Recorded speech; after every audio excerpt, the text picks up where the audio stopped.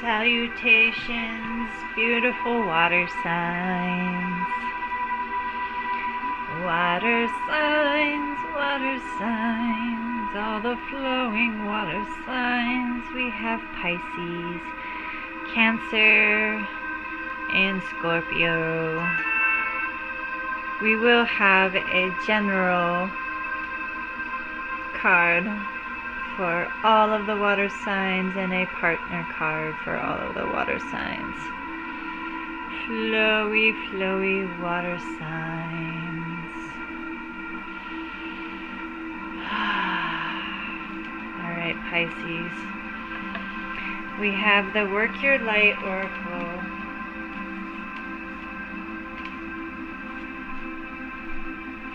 And you can be listening if your sun sign is a water sign, if you are a rising water sign, if you have significant amount of water in your chart, if your moon is in water, or your Venus is in water.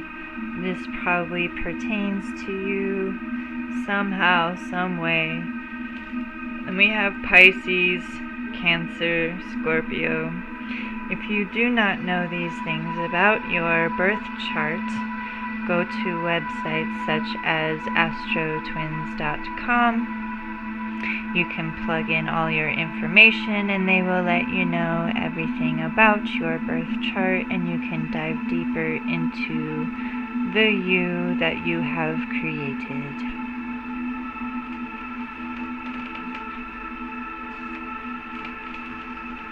So Pisces, align your life. What is not aligned or needs to change. Hello, Pisces. I see you.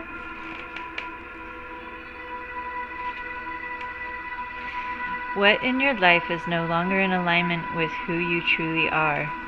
We are cyclic beings in a constant state of change, of evolution, of growth. Change is one of the only certainties of life. When you resist your cyclic nature, you resist life and feel stuck. Many of us have learned to be who the world wants us to be, but there comes a time when it is harder to hold on to this facade than it is to embrace who we truly are. And who we truly are isn't always who we think we truly are.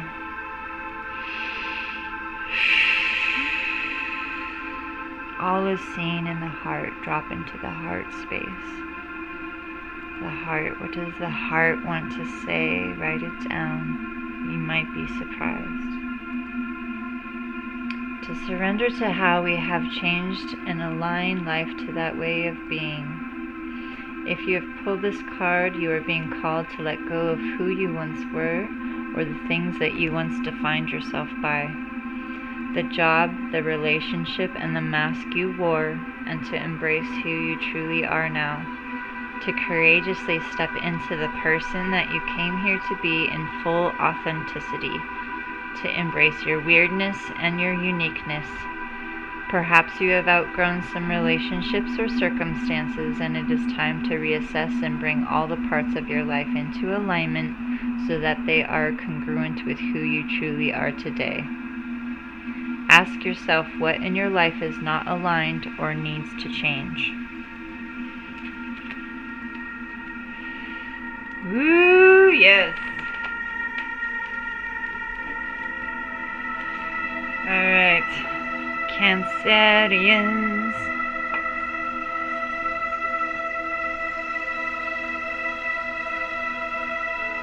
This is the Empathic Oracle by Michelle Matusas.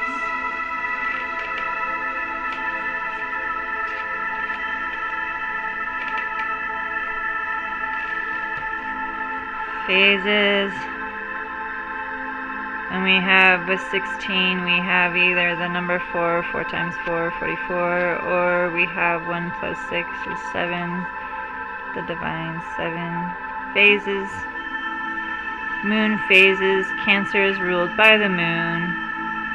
We are always going through so many phases, are we not, Cancerians? I am a Cancer. I feel you. Both my sun and my north node are in Cancer. Yes, indeedy. So, let's read the book again. It's been a while since I've read the book on phases. So, a message to you and to me.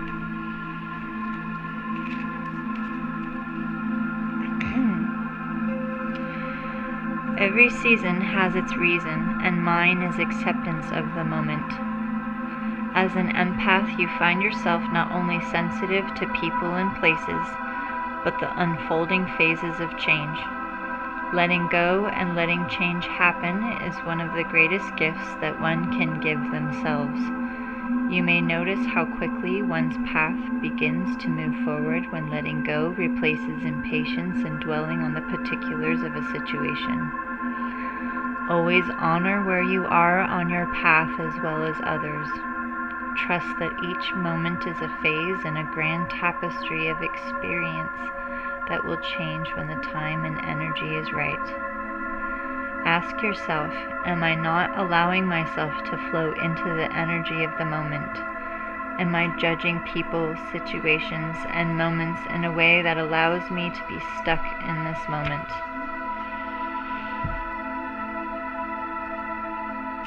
Boom, shakalaka. Alright, Cancerians. You need to journal. You're not journaling enough. I know you're not, because I'm not. Journal more. Journal more. I just bought a new journal, actually. I'm gonna go grab it real fast. Hang tight, guys.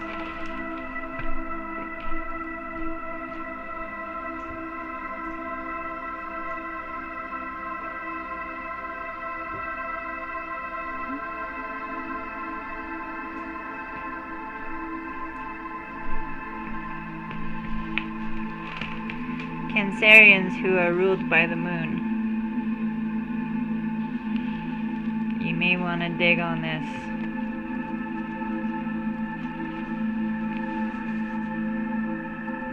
Don't attach yourself too much to it. It's more about awareness. It's not necessarily meant to define you. It's just once we really see the total big picture, we're able to move all the individual pieces a little bit more gracefully, readily, all those things. So, just a suggestion, a divine suggestion. Alright, Scorpios. My moon is in Scorpio. Here's the Goddess Tarot.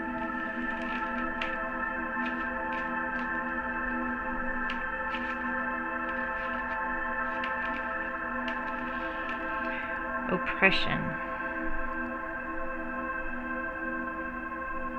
Number 16 as well. Oh shit. Sorry. Wow. These are both 16. Okay, oppression. The Wawalak.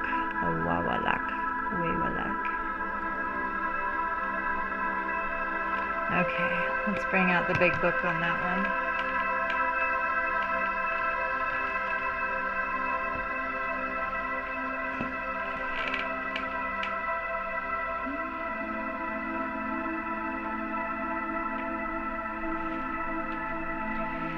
So this is traditionally associated with the tower.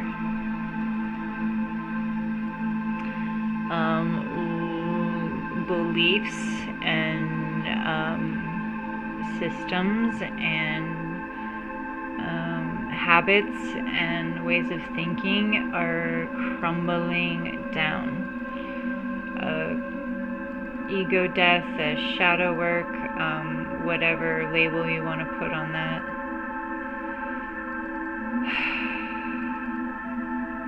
How are you being oppressed, and how have you been oppressed, and how are you then putting that energy out on others?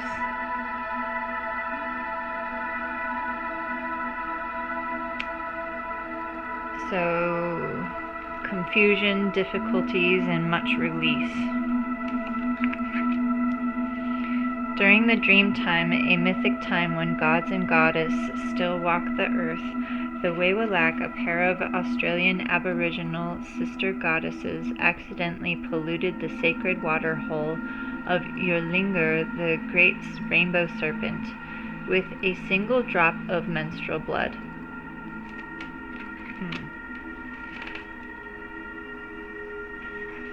In angry response, rains poured down and the water hole flooded.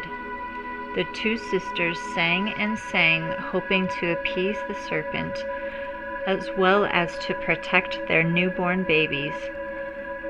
But Yurlingur emerged from the water hole and swallowed the sisters along with their infants in a huge gulp.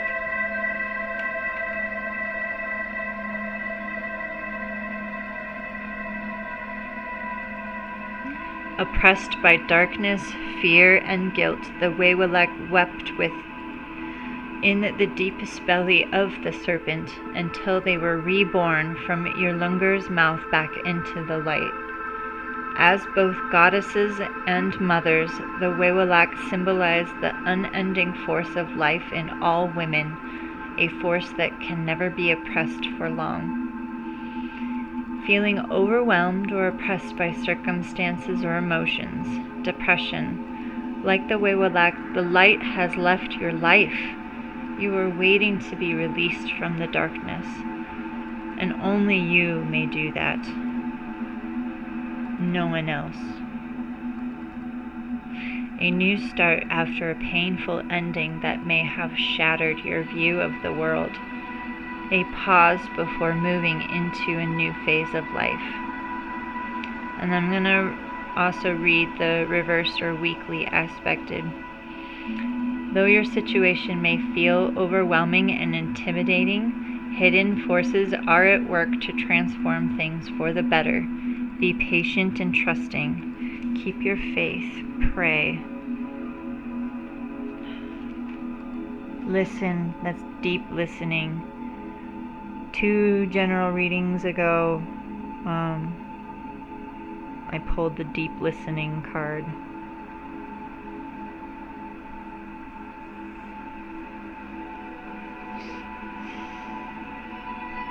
And write it out, write it down.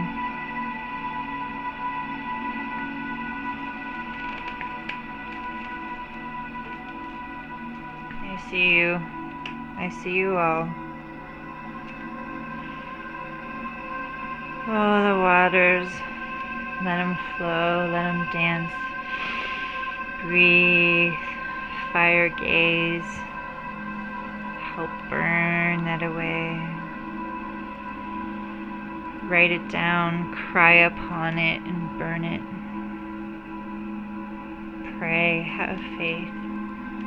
Ask. Do not assume, ask. Receive.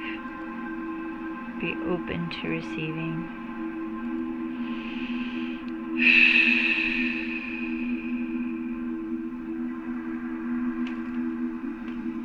All right.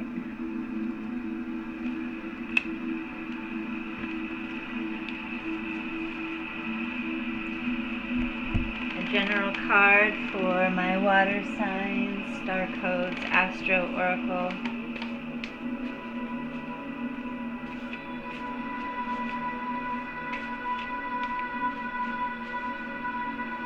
For my water signs, please, one card.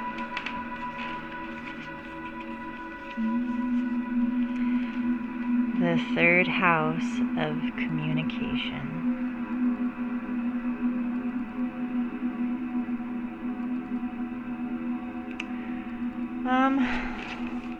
Sometimes miscommunication is about the language used, not necessarily what you're trying to say.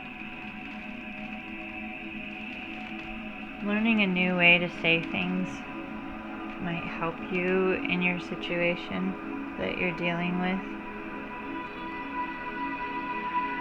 Communicating with the divine. with angels, asking them for divine inspiration, and writing it out.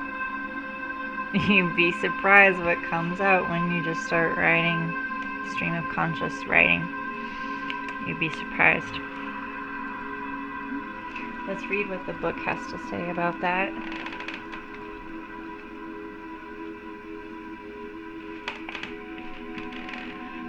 If your chart were a village map, the third house would represent your local neighborhood, primary school, and corner pub. It symbolizes how you learn, communicate, and move around your familiar world based on your sibling-like relationships and the people in your local environment. Your action is to check the lines of communication in your thinking process. First, repair any actual technical glitches, loose wires, computer or phone problems. Then take this metaphor a step further and look at how your messages are sent and received. Make sure you understand what was intended in a letter or email you received. Ask other people what they heard you say in an exchange. Ooh, that's a good one. I'm going to repeat that. Ask other people what they heard you say in an exchange. Ooh, shit.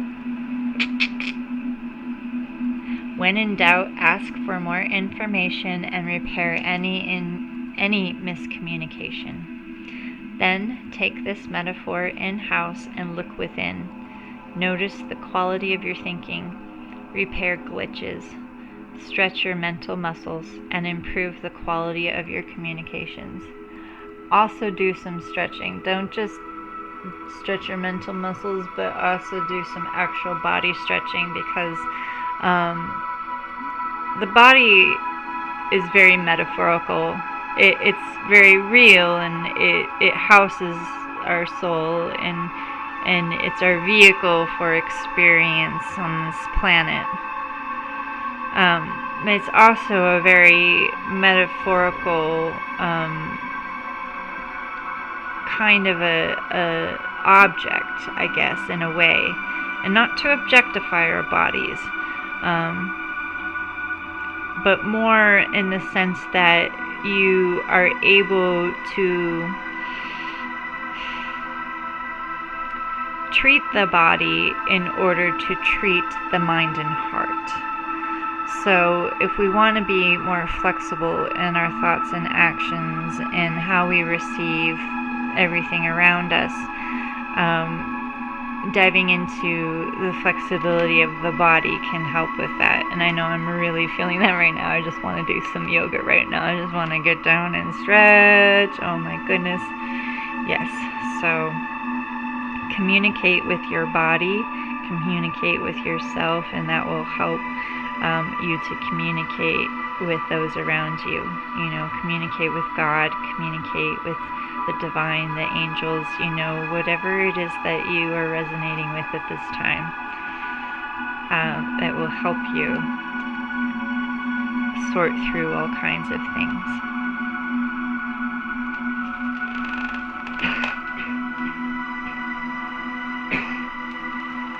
Excuse me. So you may need to learn new ways to express yourself so others hear your true intentions. Think about how you learned to communicate growing up through your relationships with siblings or sibling-like friends, your early school experiences, and investigate how those early relationships formed mental habits that affect the present moment. You may need to get out of your head and get a fresh perspective. Observe and test your assumptions. Check for confirmation bias, the tendency to believe anything that supports your opinions, and reject new information that challenges your worldview. Read a spiritual text or ponder a metaphysical concept and let it stretch your mind. Check in with siblings and sibling-like friends. Look for any shadow of rivalry and see if you can switch it to mutual encouragement where all will win. It's up to you to reframe this dynamic. The challenge in this situation is that chatter is not the same as communication. Sibling or sibling-like rivalry can challenge you to grow in small doses, but don't let it distract you from your self-direction. Stay on target. The gift in this situation is that we are all siblings in the eye of spirit, so really truly let that sink in.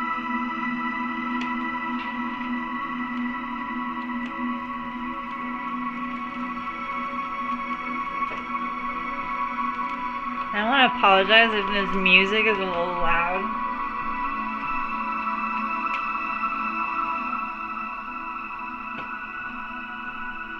I feel like it got louder. Alright. And then just a clarifying card for this card here from the mermaids.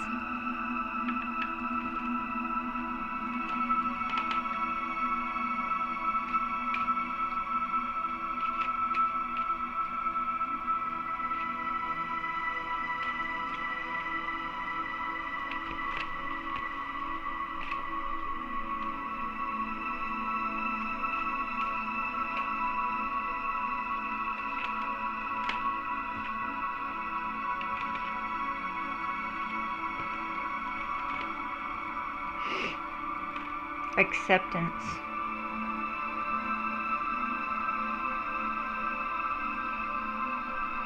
We all want to be accepted. And to receive acceptance, we must give acceptance. And that's just acceptance for the present moment. Like the ocean, like the waters, like the water signs that we are, everything is always moving and changing. So being in the present moment is also accepting the present moment. What's being presented to you in the present moment.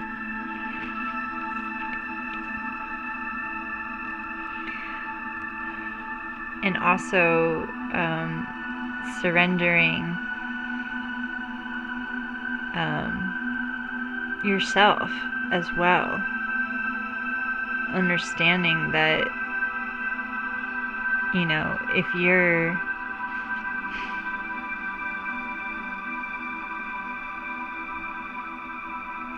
you're stagnant, most likely you're going to receive stagnation.